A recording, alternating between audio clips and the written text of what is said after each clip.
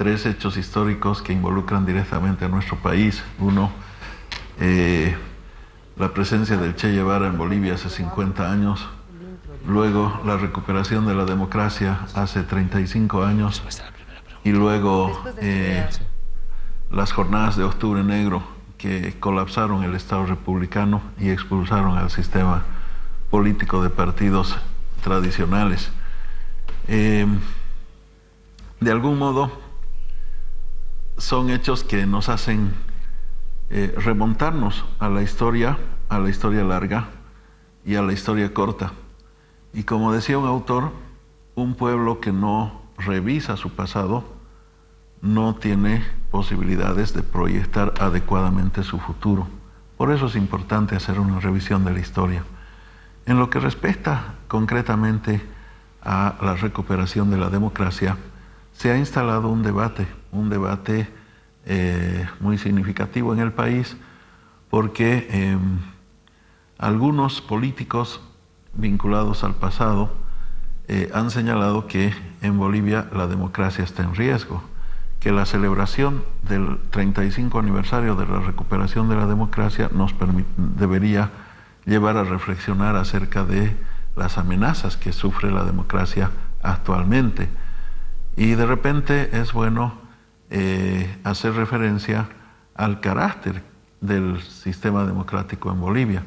Para empezar, señalando que la democracia es un sistema de gobierno, es, como decía Zabaleta, una adecuada ecuación entre el Estado y la sociedad civil para canalizar las demandas y expectativas sociales a través de la toma de decisiones de política pública. La democracia es un sistema que surge en el mundo moderno y que sustituye a la monarquía, a los gobiernos aristocráticos que regían especialmente en Europa. En Bolivia, la democracia ha tenido una historia de acumulación perfectible a lo largo del curso de desarrollo del país. Inicialmente en 1825 se declara la independencia de Bolivia y en 1826 se dota de su primera constitución política del Estado. En ese momento se instituye un sistema de democracia que se lo llamó censitario. ¿Por qué democracia censitaria? Porque el censo era el que definía quiénes tenían derechos ciudadanos a partir de tres parámetros. Primero, tener patrimonio y acreditar renta. Segundo, pagar impuestos. Y tercero, saber leer y escribir y hablar en idioma español, ¿no? Entonces era una democracia excluyente, patrimonialista. Solamente tenían derechos quienes tenían un patrimonio acreditado. Pero además era una democracia que, para recurrir a una categoría de García Linera, había cohesionado el Estado racializando las relaciones sociales. Era una democracia racista. ¿Por qué? Porque solamente podían tener derechos políticos quienes sabían expresarse en idioma español, y esos eran básicamente los criollos herederos de la estructura de poder colonial de la invasión española. Ese régimen tuvo vigencia en el país durante más de 100 años. Recién en 1947 se reconoció a las mujeres el derecho a sufragar en elecciones municipales.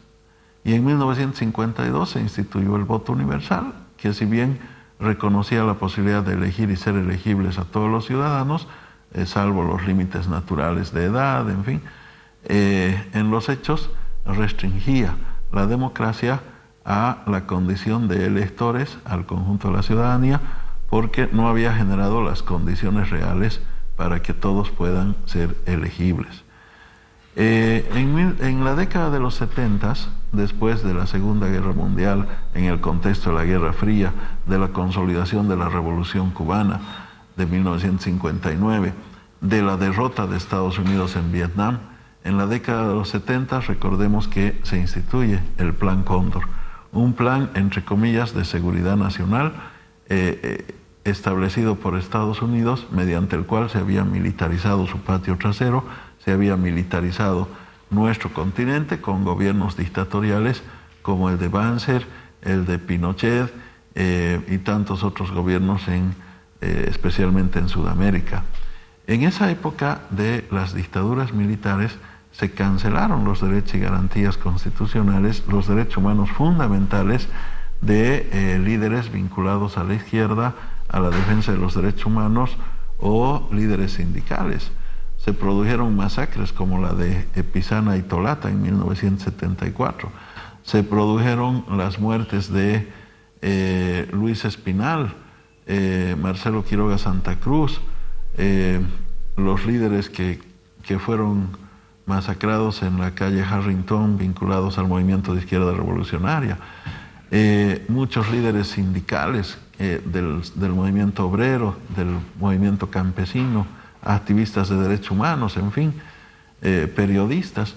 Entonces, esa fue una época negra, una época de dictaduras militares que habían criminalizado y penalizado con la pena de muerte el pensar o abrazar ideas reivindicativas que, según ellos, afectaban el establishment o el orden establecido. En 1982 fue importante la recuperación de la democracia con la ascensión de Hernán Siles Suazo a la primera magistratura del país, pese a que en 3 elecciones anteriores había ganado las elecciones, y la derecha, y este es un elemento importante, la derecha cuando perdía las elecciones activaba golpes de Estado, ¿no es cierto? Cuando no quería reconocer el resultado de una elección, instalaba un cuartelazo militar sangriento como el de Natush Bush o el de García Mesa en ese periodo, ¿no es cierto?, de permanentes golpes de Estado, recurrentes golpes de Estado. La derecha resistía la decisión popular acudiendo al cuartelazo militar fascista. La recuperación de la democracia por eso fue importante, porque permitió que la gente ejerza sus derechos de reunión, de asociación, de petición, que se vayan acumulando un conjunto de demandas sociales que habían sido canceladas durante un largo periodo. Pero luego vino el periodo neoliberal, el periodo que denominan algunos de la democracia pastada. Evidentemente, democracia pastada porque los partidos políticos tradicionales de derecha que defendían el modelo neoliberal eran partidos que se distribuían las cuotas de poder, se loteaban el Estado, se cuoteaban el poder público a través de pactos que ellos denominaban pacto por la democracia, acuerdo patriótico, y en fin, otras denominaciones grandilocuentes, atractivas, pero que en el fondo escondían o en los hechos representaban, ¿no es cierto?, los intereses clientelares pactados de unos políticos que habían establecido un sistema de partidos políticos que monopolizaban las decisiones políticas. El sistema que yo denomino partidocrático, ¿no? El sistema de, diríamos, de monopolio de un sector vinculado a la defensa de intereses transnacionales y subordinado políticamente a la Embajada de Estados Unidos, alternó como una suerte de pasanacu en el ejercicio del poder político durante 20 años. El neoliberalismo se instauró bajo la frase de Bolivia se nos muere y fue luego dinamizado bajo la consigna que decía exportar o morir. Se basaba en la entrega de los sectores estratégicos de la economía nacional orgánicamente al capital transnacional para saquear los recursos naturales, reduciendo el papel del Estado a un celestino que vigilaba que los negocios de las grandes empresas extranjeras, sobre todo en materia de explotación de petróleo y gas, no sean alterados. El sistema político neoliberal era un celestinaje de la filibustería externa, era un vigilante de los negocios de las empresas extranjeras. Y mientras las empresas extranjeras a manos llenas extranjerizaban el excedente económico, el pueblo boliviano estaba hambriento, balbuceante, analfabeto, pobre, marginal, el país subdesarrollado y la soberanía nacional cancelada, sometida en sus decisiones económicas a los organismos multilaterales y en sus decisiones políticas a la Embajada de Estados Unidos. Eso que denominaban democracia pactada, en realidad era una democracia formal, era una democracia ficticia, era una democracia con bajos niveles de legitimidad. Recordemos que los políticos que accedían a la presidencia del Estado lo hacían con una votación que generalmente oscilaba entre 20 y 25%.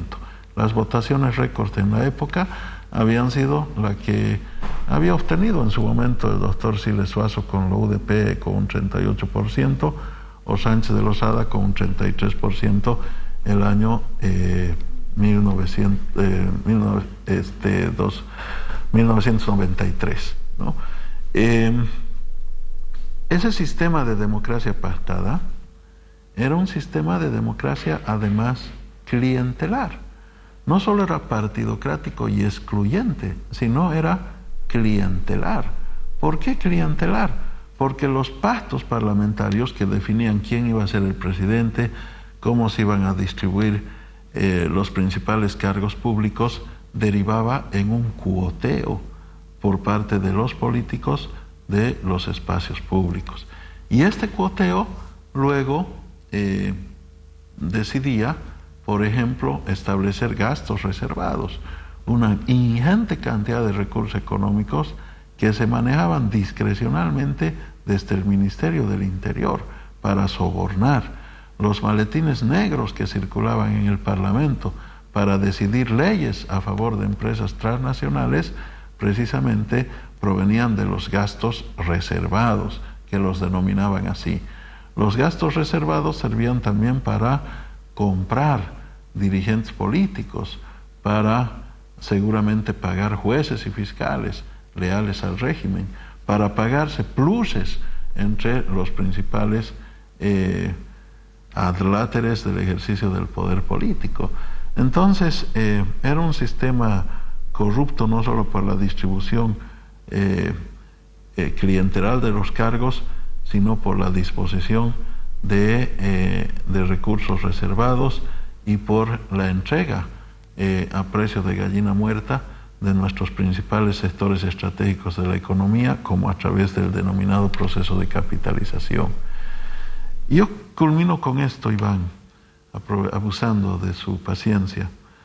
En esta historia, si nosotros buscamos una imagen del Parlamento, cómo era antes, y ponemos otra imagen del Parlamento, cómo es ahora, antes veremos un Parlamento generalmente de empresarios, profesionales de clase media alta, con corbatas, con trajes, escasamente algunas mujeres, escasamente algunos indígenas, preferentemente de tierras altas, que adornaban el Parlamento, sin presencia de jóvenes. ¿Cómo es el Parlamento ahora y cómo sería la fotografía? Un Parlamento con ponchos, con polleras, con guardatojos, con cascos mineros, con corbatas también, con jóvenes, con mujeres en condición de mayoría. Antes, las mujeres primera vez accedieron al Ejecutivo a través de Alcira Espinosa, que fue nombrada ministra recién en 1969. En toda la época republicana, antes del proceso de cambio, una treintena de mujeres ocuparon cargos ministeriales en el Ejecutivo en más de 180 años de vida republicana. En el proceso de cambio ya son 43 mujeres las que han sido designadas ministras en los últimos 12 años. A nivel del Parlamento, por primera vez 2 mujeres pisaron la Cámara de Diputados. Fue en 1956, Lydia Gayler y Rosa Lema. Luego, en 1989, por primera vez una mujer de pollera pisó el Parlamento, era Remedios Loza. Ahora resulta que esa es la regla general, y no solamente en el Parlamento Nacional o Asamblea Legislativa Plurinacional, que tiene su nombre no por casualidad, sino que también en los parlamentos subnacionales o asambleas legislativas autonómicas, donde no solamente se define la representación por la cantidad de población a través del voto, sino también se define la representación equitativa entre hombres y mujeres, la representación de los jóvenes que antes estaban prohibidos por ley, había que tener 35 años para ser senador o 25 años para ser diputado, o de los indígenas de tierras bajas, por ejemplo, que tienen cuotas mínimas en el Parlamento a través de circunscripciones especiales que representan el 7% de la representación de la Cámara de Diputados para el 2% que representa la población indígena de tierras bajas, o de las cuotas mínimas que tienen en las asambleas departamentales accediendo por usos y costumbres a la representación en las entidades autonómicas. Entonces, todo eso no existía antes. La profundización de la democracia, un Estado que se abre a los sectores sociales, que se legitima con la verdadera representación de la realidad social, que rompe su condición de Estado y democracia patrimonialista, patriarcal, racista, excluyente, partidocrática y clientelar. Esa ruptura es lo que tenemos ahora. Lo paradójico es que quienes manejaron la democracia de manera clientelar y excluyente ahora pretenden darnos cátedra sobre democracia. Y esa sí que es una paradoja inadmisible. Ministro Carlos Romero, de acuerdo a todo lo que usted nos ha hablado y nos ha ido haciendo referencia precisamente a cómo ha ido cambiando en nuestro país este sistema que tuvimos, nuestra constitución política del Estado, la constitución que tenemos ahora, ministro, refuerza la democracia, es más inclusiva, incluye todos los sectores de nuestra sociedad. ¿Cómo nos pone eso a nivel de la región? ¿Cómo se está manejando la democracia y cómo hemos ido creciendo nosotros en comparación con otros países de la región o a nivel mundial? Sí, esa es una buena pregunta, Ivonne, aprovecho para saludarla. Evidentemente somos el primer país de la región en términos de representación indígena en el ámbito del ejercicio público. Somos el primer país de la región en cuanto a acceso de mujeres a la representación política y el segundo país en el mundo que más cantidad de mujeres tiene en este momento en la representación política.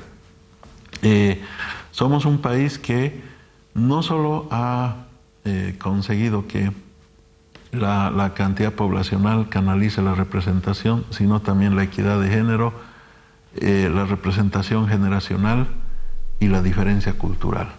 Todo eso se encuentra conjuncionado además de la representación territorial o regional. Son 5 factores a través de los cuales se construye representación política. Y tenemos una representación política absolutamente inclusiva.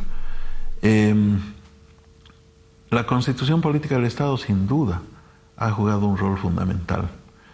En Bolivia hemos tenido muchas constituciones políticas que han sido reformadas a lo largo de la historia republicana. Pero estas reformas de la historia republicana, a excepción de la Constitución de 1938, en el gobierno de Bush, que sí fue una reforma que incorporó los regímenes sociales, reconoció derechos laborales, derechos indígenas inclusive, brevemente empezados a desarrollarse. Antes, las constituciones solamente se restringían a cambiar la nomenclatura de las instituciones en sus reformas. Por ejemplo, antes existía el Consejo de Estado, luego alcanzó la denominación de Tribunal Constitucional. Antes, igualmente se modificaban la estructura de los cargos públicos, pero no se modificaba su esencia. En un periodo determinado habían 2 vicepresidencias. En otro periodo se eliminó la figura de la vicepresidencia. En otro periodo se restableció la figura de la vicepresidencia. En un momento dado el vicepresidente dependía del Ejecutivo, otras veces del Legislativo. Luego era un enlace entre ambos órganos de poder. Igualmente a nivel de los periodos de mandato. En un determinado momento el periodo era vitalicio. Luego fue de 8 años, 6 años, 4 años, 3 años, 5 años. Esas eran las reformas constitucionales. La profunda modificación del Estado en su estructura organizativa que emerge de la Asamblea Constituyente instaurada el año 2006 y que sesiona hasta el año 2008, indudablemente que trastoca profundamente el orden de cosas, porque no solamente elimina las cortapisas que no permitían acceder a la representación, por ejemplo, para los jóvenes, sino que además establece estos otros criterios que hemos señalado: la equidad de género, la representación regional, la diferencia cultural. Los indígenas de tierras bajas, ¿por qué acceden vía circunscripción especial? Porque ellos son minoría poblacional, pero son mayoría de culturas. Entonces lo que la Constitución hace es calificar la mayoría cultural y prescindir de la consideración de la minoría poblacional. Si no, jamás un chiquitano o un tacana o un guaraní o un mojeño tendrían posibilidades de ser diputados, como sucede ahora, ¿no es cierto? Entonces, indudablemente que la Constitución, que es producto de un gran pacto social, de una gran movilización nacional, es una verdadera construcción desde los sectores sociales, desde los movimientos populares, desde las expresiones ciudadanas organizadas, es la que profundiza la democracia. Pero yo diría, inclusive, Ivonne, podríamos ser aún más justos en dimensionar lo que está pasando en el país. Podríamos interpretar la democracia en el ámbito político como un alcance restringido de la democracia. Pero si hacemos una interpretación amplia de la democracia, incluyendo unas variables económicas y sociales, ¿no es acaso profundización de la democracia haber generado políticas de Estado dirigidas a ampliar los derechos colectivos? Por ejemplo, prohibiendo que el agua sea objeto de lucro o mercancía, como era antes. El agua estaba privatizado, manejada por una empresa transnacional en Cochabamba que se llamaba Bechtel y que provocó una verdadera guerra por el agua. Ahora el agua es un derecho fundamental, es un derecho inherente a la vida, es un derecho que no puede ser objeto de negocio privado. Los servicios básicos son derechos colectivos fundamentales. En la tradición constitucional liberal y neoliberal, ¿no es cierto?, los derechos fundamentales eran solamente los derechos civiles y políticos, la propiedad y la representación política eran derechos fundamentales.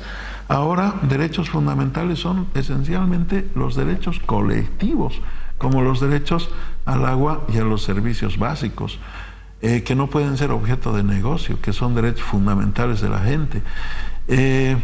Las condiciones de redistribución de la riqueza, que disminuyen las desigualdades sociales, haciendo que el Estado dirija estratégicamente la economía nacional, regulando las condiciones de intercambio para reducir las asimetrías económicas y sociales.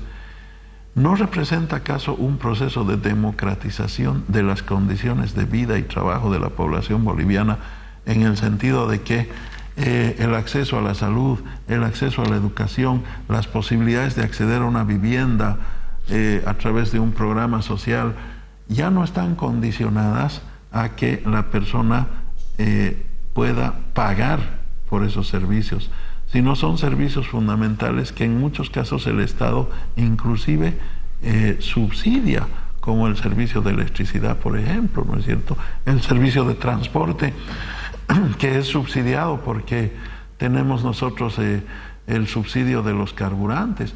En fin, entonces, lógicamente que inclusive hemos trascendido del alcance de la democracia de un ámbito estrictamente político a un ámbito social y económico. Ministro, tenemos 8 minutitos más antes de cerrar el programa.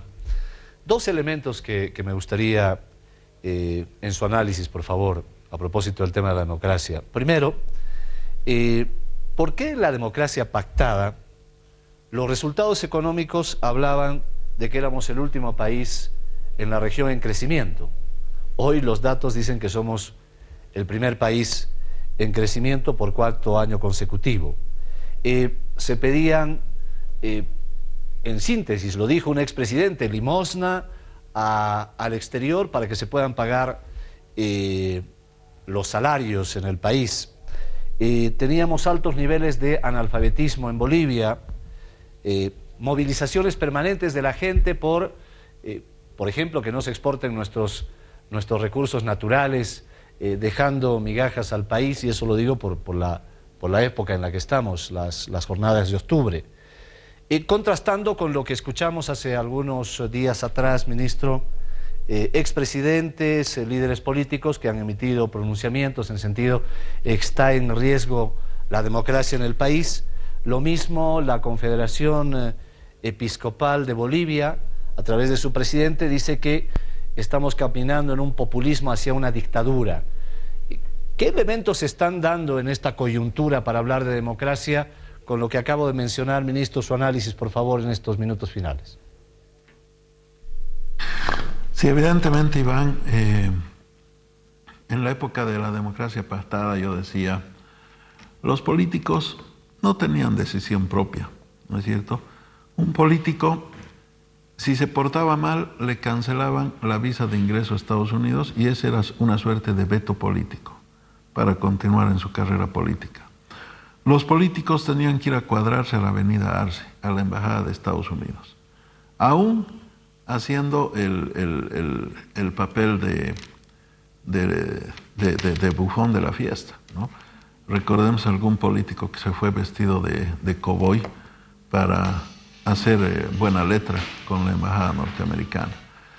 Entonces, ¿por qué los políticos no tenían libertad para tomar decisiones? Porque el país que no maneja su economía no puede tomar decisiones políticas en libertad, decisiones políticas autónomas, soberanas o independientes. Y lógicamente, en toda la historia republicana, nuestros recursos naturales fueron entregados a control directo de las empresas transnacionales. Hemos llegado al extremo, Iván, y vale la pena refrescar la memoria colectiva de la población, que nuestros reservorios de gas y petróleo teóricamente eran de propiedad del Estado. Por disposición constitucional se encontraban bajo dominio estatal. Pero la ley de hidrocarburos aprobada por el régimen de Sánchez de Lozada decía que en boca de pozo, una vez extraídos esos recursos hidrocarburíferos, pasaban a propiedad de las empresas extranjeras operadoras de estos recursos. Entonces, obviamente, les habíamos entregado nuestras riquezas nacionales, nuestro patrimonio, nuestra base económica, a dominio, beneficio, rentabilidad extranjera de empresas transnacionales. Y en esas condiciones teníamos un país empobrecido que no era capaz de construir una escuela, ¿no es cierto? Si hacemos una sumatoria de las obras entregadas en estos 12 años de proceso de cambio, con seguridad, que representan cuantitativamente un número ampliamente superior a todas las obras que habrá ejecutado el Estado en más de 100 años, 180 años de vida republicana junta. Entonces, un Estado que era raquítico desde el punto de vista de su economía, rico en recursos naturales, pero recursos naturales entregados a intereses transnacionales, obviamente que no tenía soberanía económica, porque no controlaba su riqueza nacional. Y quien no tiene soberanía económica, no tiene soberanía política. Entonces, por eso es que éramos el último país en términos de crecimiento económico. Toda nuestra historia era de déficit fiscal. Éramos el último país en términos de pobreza, ¿no es cierto?, en el continente, y estábamos entre los países más pobres del planeta, al extremo de que nosotros, los gobiernos anteriores en Bolivia, tenían que pedir limosna para pagar los sueldos de los funcionarios. Yo recuerdo, por ejemplo, la estructura del presupuesto agregado del año 2004, y resulta que el año 2004, 4 de cada 10 dólares que representaban el presupuesto nacional provenían de préstamos, de créditos con organismos multilaterales y de donaciones de países amigos. 2 de cada 10 dólares que representaban nuestro presupuesto eran otros ingresos, generalmente nacionalizaciones de autos chutos para tener ingresos adicionales. Otros 1.5 dólares de cada 10 dólares que representaban nuestro presupuesto, no, 1.1 más bien, era lo que aportaban las empresas capitalizadas. Y el saldo eran impuestos directos e indirectos que se aplicaba a la población, ¿no es cierto? Entonces, eso era el Estado boliviano, un Estado pobre, con recursos naturales riquísimos, favoreciendo empresas extranjeras y unos políticos serviles al interés extranjero y sometidos a la embajada norteamericana. Ministro, simplemente para concluir sus criterios a propósito de lo que ha señalado la conferencia episcopal en estos... el día viernes emitió un criterio el presidente de la conferencia señalando que Bolivia está caminando del populismo a la dictadura. Bueno, algo que hemos aprendido de la religión es que no se debe mentir. Y la religión es un conjunto de principios y es una doctrina profundamente social en el mundo que debe defender a los pobres, no debe defender a los ricos. Las enseñanzas de Cristo nos señalan que Él asumió la defensa de los pobres, expulsó a los mercaderes y denunciaba a los ricos. Por eso Fidel Castro escribió un libro que se denomina Fidel y la religión. En ese libro, que se origina en una entrevista amplia para ver su perspectiva sobre la religión, decía: la religión se practica, no se la profesa. Profesar una cosa y practicar otra es doble moral. La religión se la practica y se la practica en beneficio de la mayoría nacional. Ministro, muchísimas gracias por habernos acompañado y hacernos un balance de lo que significa la democracia, de la democracia pactada, un poco antes, indudablemente, con todo lo que ha sido las dictaduras e incluso desde el nacimiento de la República en el país hasta lo que vivimos hoy. Hasta cualquier momento, muy amable. Muchas gracias. Bien, Ivonne, nos vamos. Nos vamos.